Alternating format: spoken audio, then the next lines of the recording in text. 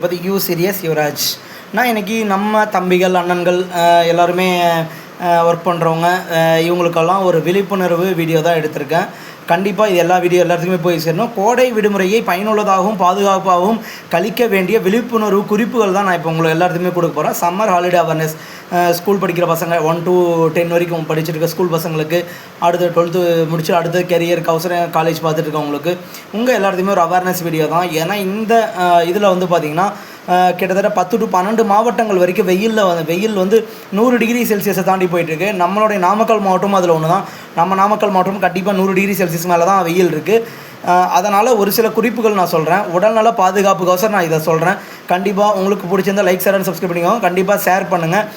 அதிக வெப்பம் காரணமாக நீர்ச்சத்து குறையிறதுக்கான வாய்ப்புகள் நம்மளுக்கு அதிகமாகவே இருக்குது. ஏன்னா வெயில் வந்து வீட்டுக்குள்ளேயே இருந்தாலுமே உங்களுக்கான நீர்ச்சத்துன்றது ரொம்ப முக்கியமான ஒன்று.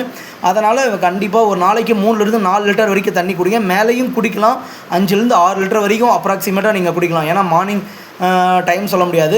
கிட்டத்தட்ட 9 மணிலேருந்து 10 மணிக்குள்ளேயே ஆரம்பிச்சிட்டாவே வெயில் வந்து கிட்டத்தட்ட பயங்கரமாக அடிக்கிறதுக்கு ஆரம்பிச்சிடும். அதனால் கண்டிப்பாக ஒரு நாளைக்கு 6 லிட்டர் வரைக்கும் நீங்கள் எல்லாருமே குடிக்கணும்.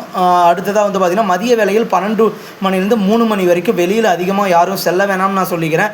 ஏன்னா வெயில் வந்து இன்றைக்கி இருக்கக்கூடிய காலத்துக்கு கிட்டத்தட்ட 100 டிகிரி செல்சியஸ்ன்றது மனிதனுடைய உடலால் தாங்கிக்கூடிய ஒன்றும் கிடையாது. கண்டிப்பாக நீங்கள் 12 3 மணி வரைக்கும் எங்கேயும் வெளியே வர வேணாம். அடுத்த 4வது நியூஸ் நாலாவதாக நான் எதை பற்றி சொல்ல போகிறேன்னா லேசான குளிர்ச்சியான உணவுகள். ஆனால் நீங்கள் வந்து இதை வந்து தப்பாக புரிஞ்சுக்கிங்க. லேசான குளிர்ச்சியான உணவுகள்னால் கோக்கு, பெப்சி இந்த மாதிரியான ஆர்டிஃபிஷியல் மெட்டீரியல் கிடையாதுங்க. பழங்கள் எடுத்துக்கோங்க, ஃப்ரூட்ஸ், வெஜிடபிள்ஸ் அந்த மாதிரியான இது எடுத்துக்கோங்க. என்னென்னு சொல்ல ஒரு எடுத்துக்காட்டு பழம், முலாம்பழம்லாம் வாங்கி வச்சுக்கோங்க. கிட்டத்தட்ட 3 கிலோ 100 அந்த மாதிரி தான் கொடுத்துட்ருக்காங்க. கண்டிப்பாக வாங்கி வச்சுக்கோங்க. வெள்ளரிக்காய் சாப்பிடுங்க. வெள்ளரிக்காய் கண்டிப்பாக முக்கியமான வெள்ளரிக்காய், தர்பூசணி. இதுக்கு மேலே என்னென்னு இருக்குன்றது நான் சொல்கிறேன். அடுத்தடுத்த வீடியோவில் நான் சொல்லுவேன். கண்டிப்பாக பாருங்கள். அடுத்ததாக வந்து பார்த்திங்கன்னா கோடை விடுமுறையை வீட்டிலேயே பயனுள்ளதாக பயன்படுத்திக்கோங்க. அதற்கான ஒரு நேரத்தை பயனுள்ளதாக பயன்படுத்துறது எப்படின்றத நான் சொல்லிடுறேன். தினமும் 1 மணி நேரத்துலேருந்து 2 மணி நேரம் வந்து படிப்பு கண்டிப்பாக தொடருங்க. ஏன்னா அது வந்து உங்களுடைய ஃப்ரீ டைமை வந்து உங்களுடைய பிரெயினை ஆக்டிவாக வச்சுக்கிறதுக்கு யூஸ் ஆகும்.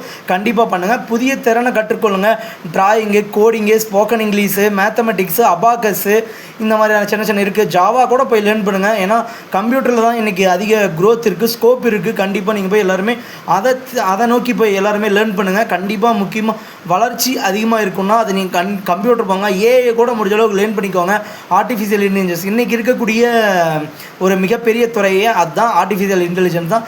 நம்ம தமிழ்நாட்டிலேருந்து ஒருத்தர் போய் சாம் ஆல்ட்மனோட ஓப்பன் ஏஐ, அப்புறமேட்டும் ஜெமினி, அந்த மாதிரியான மிகப்பெரிய ஒரு கம்பெனி. கூகுள் மட்டுமே பெரிய கம்பெனி நீங்கள் நினச்சிட்டு இருக்காதீங்க.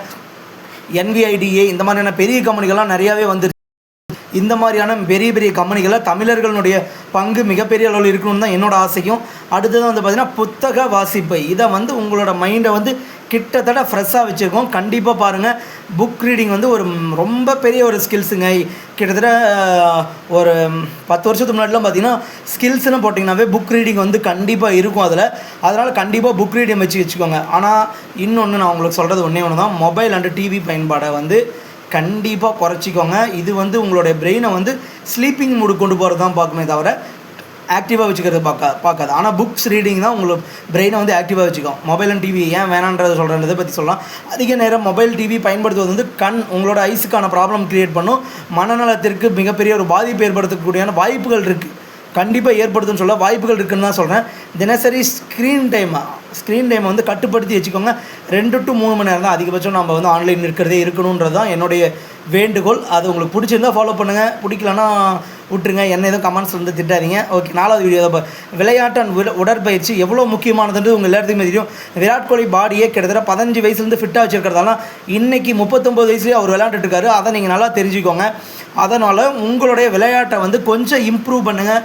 நம்ம நாமக்கல் மற்றும் கொங்கு பெல்ட்டில் இருக்கவங்க விளையாட்டில் ஃபோக்கஸ் பண்ணணும். ஏன்னா நீங்கள் வந்து பல மார்க் படித்து எடுத்து ஒரு கோட்டாவில் போய் நல்ல கோர்ஸ் எடுக்கிறத விட ஆனால் இந்த விளையாட்டுன்ற ஒரு தகுதி இருந்துச்சுன்னா நீங்கள் மிகப்பெரிய உள்ள விளையாட்டு கோட்டாவில் ஏதாச்சும் ஒரு டிஸ்ட்ரிக்கோ இல்லை ஸ்டேட்டுக்கோ விளையாண்டுட்டிங்கன்னா உங்களுக்கான வாய்ப்புகள் கொஞ்சம் அதிகமாக இருக்கும். அதை தான் சொல்கிறது வரேன். உடற்பயிற்சி கண்டிப்பாக உங்கள் உடல் நலத்தை மேம்படுத்தும்னு சொல்லிக்கிறேன். அடுத்த பாதுகாப்பு. நீச்சல் குளம் அல்லது ஆறு, குளம் அருகே பெரியவர்கள் இல்லாமல் செல்லவேணாம். கண்டிப்பாக இதை தான் நான் முக்கியமாக சொல்கிறேன். நேற்று கூட ஓட்டு போகிறதுக்கு வந்தவர் வந்து பார்த்திங்கன்னா நீச்சல் அடிச்சுட்டு போய் கிட்டத்தட்ட ஆழமான இடத்துல போய் இறந்துட்டார். ஈரோட்டில் நடந்திருக்குங்க. நம்ம கொங்கு பெல்ட்டான ஈரோட்டில் தான் நடந்திருக்கு. அதனால் அது கொஞ்சம் அவாய்ட் பண்ணிக்கோங்க. பெரியவங்க இருக்காங்களான்னு பாருங்கள். சின்ன பசங்களை அமுத்துறது வந்து கொஞ்சம் கட்டுப்படுத்திக்கோங்க. அது வந்து கொஞ்சம் கஷ்டமாக இருக்கும்.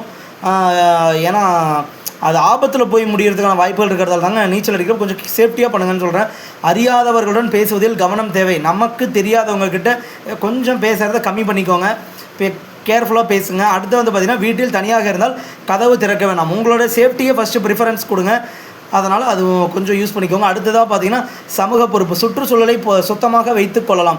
மரம் செடி கொடி இருந்தால் நம்ம மாவட்டத்தில் வெயில் இந்தளவுக்கு அதிகமாக வரத்துக்கான வாய்ப்புகள் கிடையாது. இது என்னுடைய மூளைக்கெட்டின ஒன்று. அதனால் உங்களுக்கும் ஷேர் பண்ணுறேன். இது உண்மையாக என்னன்றது எனக்கு தெரியல. ஆனால் பச்சையாக இருந்துச்சுன்னா அந்த இடத்துல வெயில் கொஞ்சம் கம்மியாக இருக்குன்றது எனக்கு சொல்லணும்னு தோணுச்சு. அதனால் சொல்கிறேன். இது உண்மையாக கமெண்ட் பண்ணுங்கள். அடுத்தது வந்து பார்த்திங்கன்னா மரங்கள் நடுதல் போன்ற நல்ல செயல்களில் ஈடுபடுங்கள். Okay guys, thank you. விடுமுறை என்பது சும்மா இருக்கல்ல, நம்ம மேம்படுத்திக்கொள்ள ஒரு நல்ல வாய்ப்பு.